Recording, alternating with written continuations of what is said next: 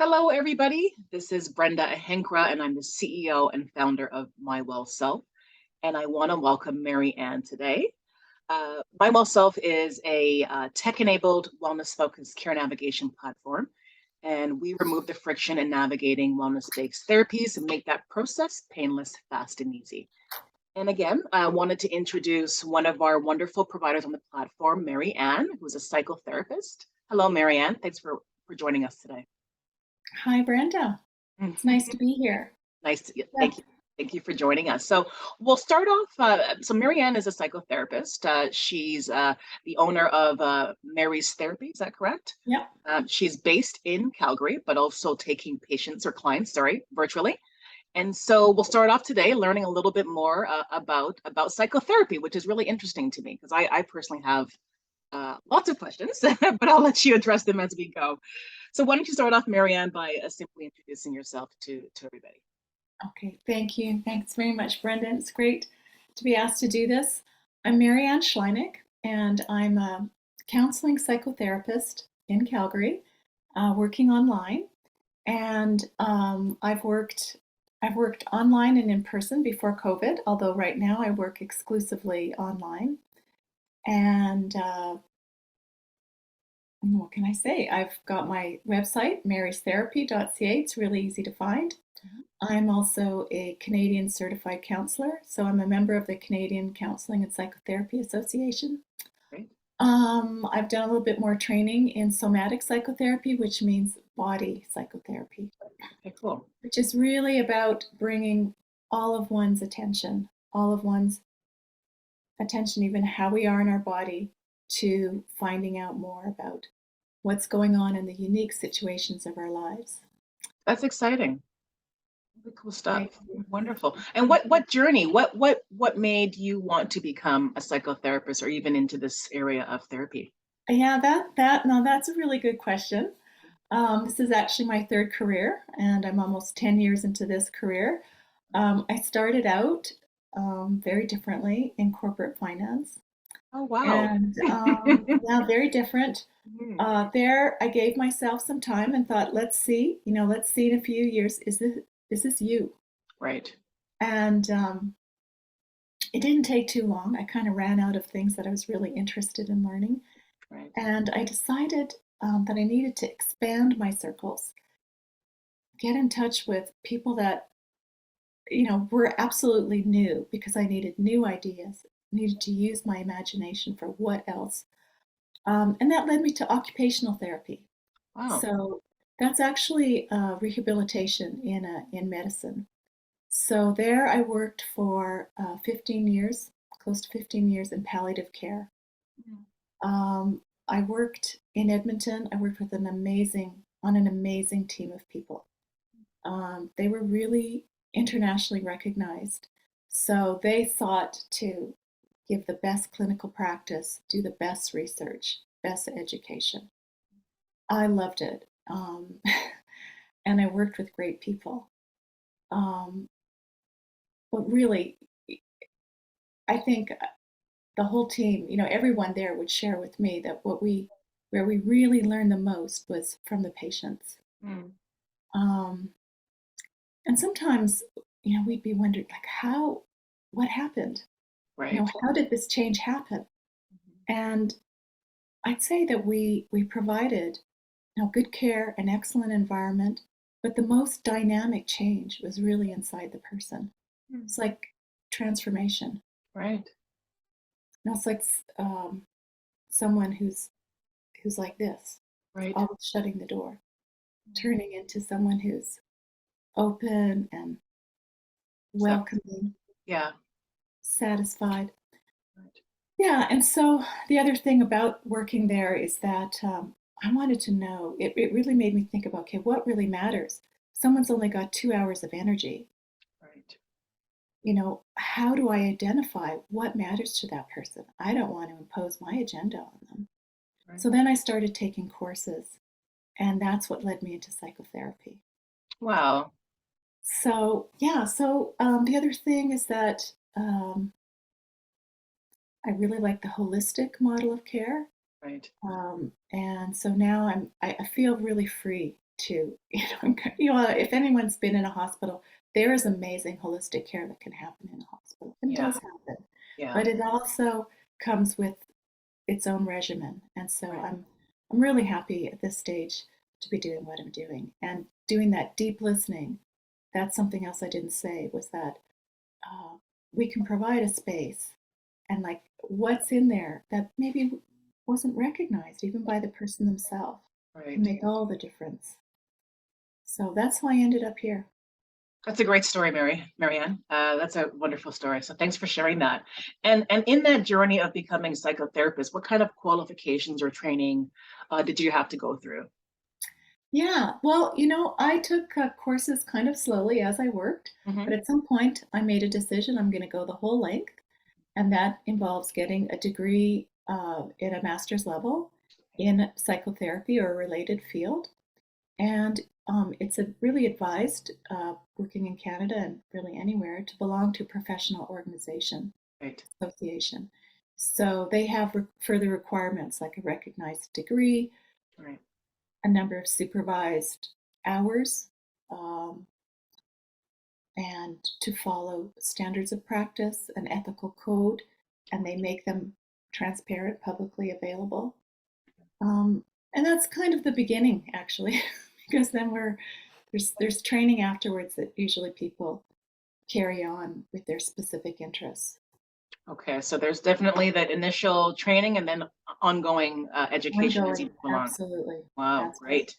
So I'm curious to really ask this question because I know I was personally confused. So I have like the three P's here in my notes. Okay.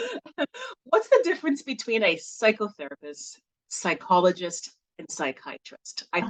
I think a few people besides myself would want to know this too as well. So would love to get your insight on that. Yeah, no, that's a really great question. Yeah, especially between the psychologist and psychotherapist. And then I might even add between counseling and Mm. psychotherapy.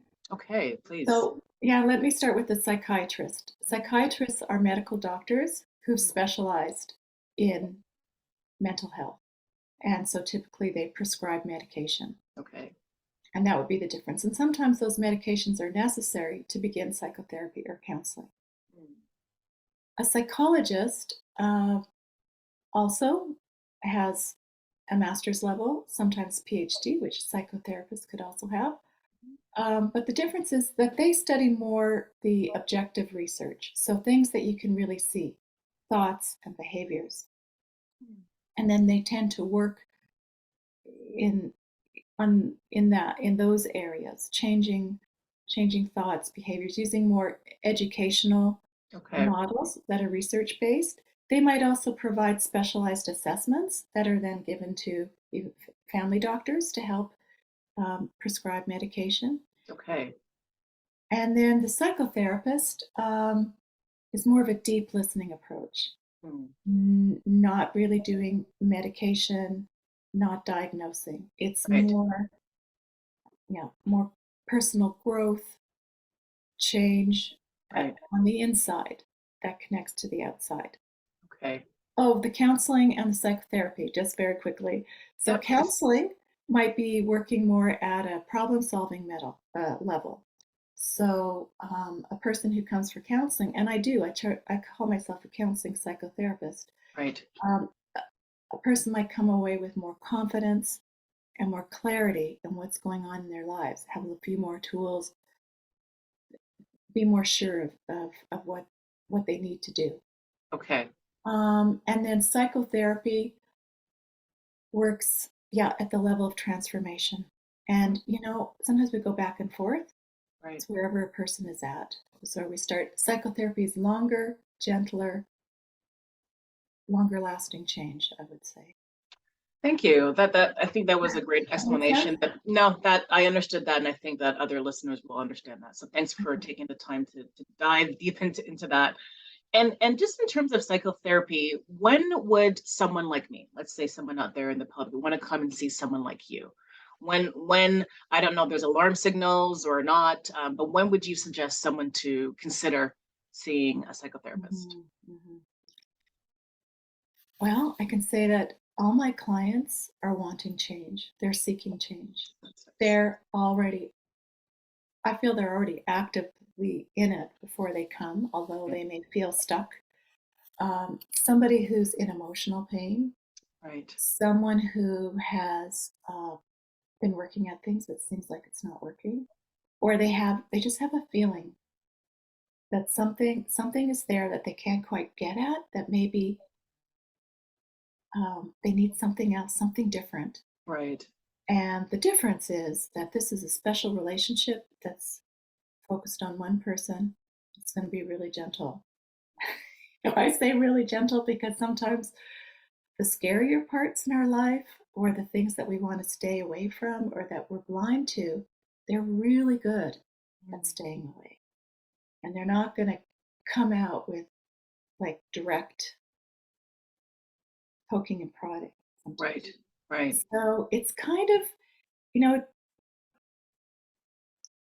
it can be an impetus that somebody doesn't even really know for sure. In Right. fact, a lot of people's that's the first work, is to find out, okay, why are you here? What do you want? What are the goals? What are we working on? Right. Is that, I know it's kind of vague, but No, it sounds like to me that when someone has some type of awareness of growth that they want and they're stuck, maybe that would be a good time to kind of seek someone like you out, yeah, if I'm hearing that yeah, correctly. yeah. Uh, Or in pain, where or something in needs pain. more attention, something needs more attention and needs some help in giving it. Yes. Yeah. No, that was great. Thank you. And I think I want to know too as well is that my next question is, do all psychotherapists treat your patients, clients the same way? Um, that's a burning Yeah, question. no, that's a great question. Yeah. Oh, and that's very true that while we all have uh, similarities in, say, working through relationship and our role and that sort of thing, the structure, the framework can be the same. The way that we work, the specifics can be different. For Okay. example, I know someone who sees a therapist and she's a narrative therapist. So she comes away with 2 days later, she gets an email of a story of what the narrative therapist heard. And that's perfect because this person's a writer. It really speaks to her. Wow. Okay. Right. Um, Someone else can work through art, get out all the art materials, Yeah. and then reflect on them, what happened. Right. So I work, as I said, I really try and bring in as much body awareness as possible. Okay. Are you able to elaborate on body awareness a little bit? I know that wasn't in the question, but just to, Yeah, no, yeah, okay, yeah. sure. Um, yeah, and I think a little, before COVID, sometimes I saw people in person. Okay. To be honest with you, lots of times they found out it was just as effective online. Wonderful. But in my um, confidentiality agreement that someone will sign, I bring up touch Okay. because I've worked through the body. As an OT, I worked with the body all the time. So actually, that's why when I found somatic psychotherapy, I found an area that recognized how important it is to bring the body in. Okay. And honestly, I'll just say a little bit more there, that healing, deep healing, goes at the pace of the body. If we leave the body out, we go over it. Now, we may change our behaviors, and that can bring about change on the inside too, but it'll come after. And I want to try as much as possible to create a place for that to happen in a way that we can integrate it here. So we slow down and we try and integrate, our thoughts, what's happening in the body. That might just be one way, but it's wherever a person is. Some people really can't sense their bodies. Right. That's fine. We're going to start where they are. Okay. Great. That's wonderful. You have me really curious about this specific type of therapy. So thanks for explaining that. Okay. And the next question is, what are some myths you want to dispel about psychotherapy? Great question. Yes. Great question. My myths. I had fun with this, thinking about the myths. Okay, the first one is that psychotherapy is about digging up the past, Hmm. that there's some horrible repressed memory that's, once it sees the light of day, it's going to solve everything. Right. really deep listening happens in the present moment. And of course, the present carries the past, the residues of the past, whatever is wanting to come forth. Right. And it also carries the steps for the going forward. And this is where the body is so good because it knows what's wanting to move. Right. So yeah, that was a myth that, there's some unspeakable history that needs to come out. Okay. Um, this is a very gentle approach. Most, I would say, all psychotherapists want to make a space for everything. Right. So um, whatever is in the past that's here now, I want to make a space for it. But we don't go digging and thinking that there's something back there. Okay. Okay, another myth is navel gazing. I've heard that. It's just navel Okay. gazing. I've What never is what gazed. is that? I've never heard that before. Please. Oh, okay. Navel gazing. I think it refers to you're just looking inside, you're just staring at a single spot, such as your belly button, and what's that going to Okay. do? Okay. Um, well, we do have an interest of what's going on in here, what's going on inside. That's absolutely true. But what's going on the inside is connected to everything on the outside. Correct. So really, whether you start in, out and go in, or in and go out, everything is connected. Um, and really, what is inside, as I say, is connected to how we live our lives, our work, our relationships, our home life, our social life, political life, Right. ecological, the whole thing. It's all connected. Um, okay, so if the belly button gets there, uh, that's fine with me. But That's it. never started there and never stayed there. Wait, another myth. I had two more myths that I wanted to. Sorry, I'm having to refresh my. Oh Not a yeah, this problem. is Not a this is problem. really important. Mhm. Um, yeah, some people think that psychotherapy makes people dependent, that we work in a way that makes people dependent on it. Interesting. And again, that Hmm. is a myth. The whole idea is to become more effective and empowered in your life and to take what is learned in this special relationship and find, in there, grow the resources that then come out and are more operative in all the other relationships in your life. Right. Um, and another one is like that the therapist is the expert. Well, Hmm. hopefully, after reading all these books, we're somewhat of an expert in the field of study and in our own lives, and hopefully in being in the role of being a psychotherapist. Right. But therapy is all about the client, and they're the expert of their life. They know if something's working or not, and it's their experience and how they are living that is the expertise that really matters. Plus, when the changes happen and they know the changes, when they leave, they know they did it. It was Right. about them. It's Right. much more empowering. Those were great myths. I wrote that navel gazing one is totally new. So I'm going to Google that after this Remember session. that one? Okay. Yes, yeah, that's stuck in my head. Okay, so we'll just go through Oh, how these much? questions. Yeah. So yeah, so what does a typical session look like with you? So Mm. when someone comes and sees you, what could they expect from you?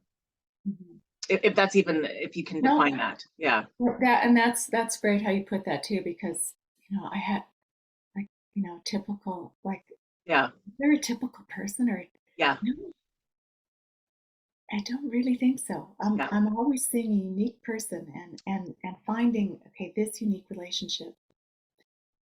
But when someone comes, I can say, okay, very generally, I'm definitely listening to why, what's wanting to come here, what's alive in this person. And lots of times, those things that really matter, like I said, they can't be getting at really, really directly. So we might go around, walk around, talk around Mm, what's going on, listen more deeply, and then it's like something becomes more evident. This is the place. This is the work, and right. then go in a little bit more. Um, Okay. yeah. Yeah, no, that's fine. And you're right. Is there a typical session? Probably not. So, everyone comes in with a unique experience, right? That's what I'm Yeah, hearing. Yeah, yeah, and I will say that,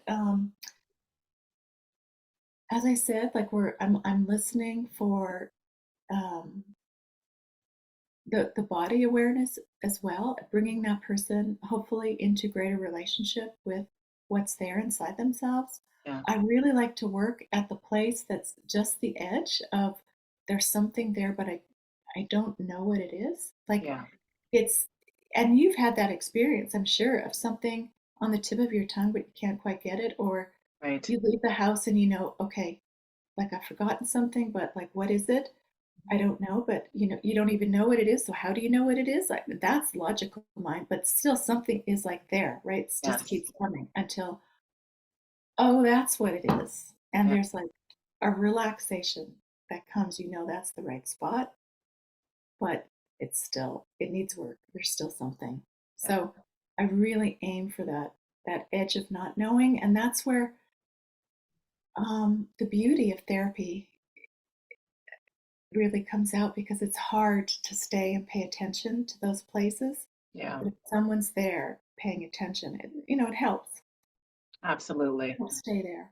That's great. And then this will lead me to the next question is you just talked about, kind of maintaining and identifying.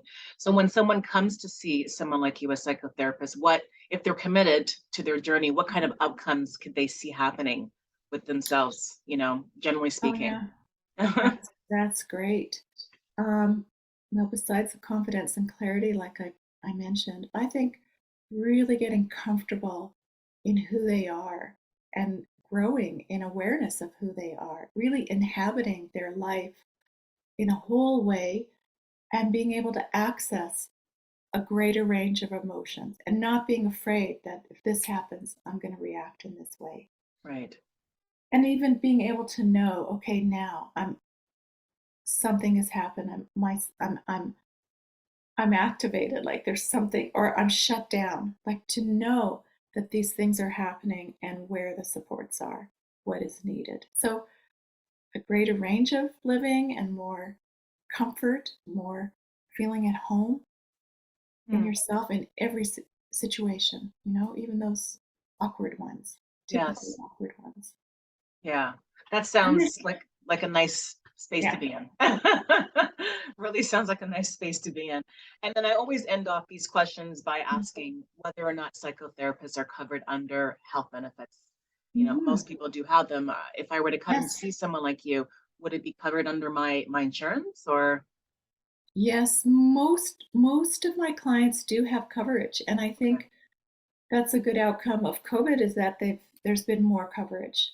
absolutely. If there's not, I also have a sliding scale, and Okay, it's worth it for people to ask to do to do the searching for how does this person work, have that initial conversation, and ask them right, if affordability is an issue. It's part of our ethical code that right. we work it out so that we have a number of spaces that where we're going to make that available to people. Okay, I did not know that. Okay, so thanks for letting Mhm, me know that too as well to mhm. share. Okay, so we've ended our session with Mary Ann. That was very insightful. So thanks for taking your time to share more about yourself, about Mary's therapy, which is based in Calgary, but also virtually available. And you Yes. can also find Mary Ann's profile on My Well Self and obviously at her website, Mary's Therapy. Is there anything else you want to end off our chat today with? Yeah, well, I'll say marystherapy.ca. Mhm. And Brenda, I think what you're doing is fantastic. Oh, thank I you. love really that you're bringing like tech resources and all of this, different disciplines under one roof. Thank I you. think that helps people to be more in, direction and give them ideas. Like I said, in the beginning, like I had to expand my circles. Yes. So it's good to let people know that there's these services out there. They could maybe even experiment a little bit, find out One, more. thank you for saying that. I really appreciate it. And again, thank you so much for being with us today. Thanks, Okay. everybody. Thank you, Brenda. Bye bye.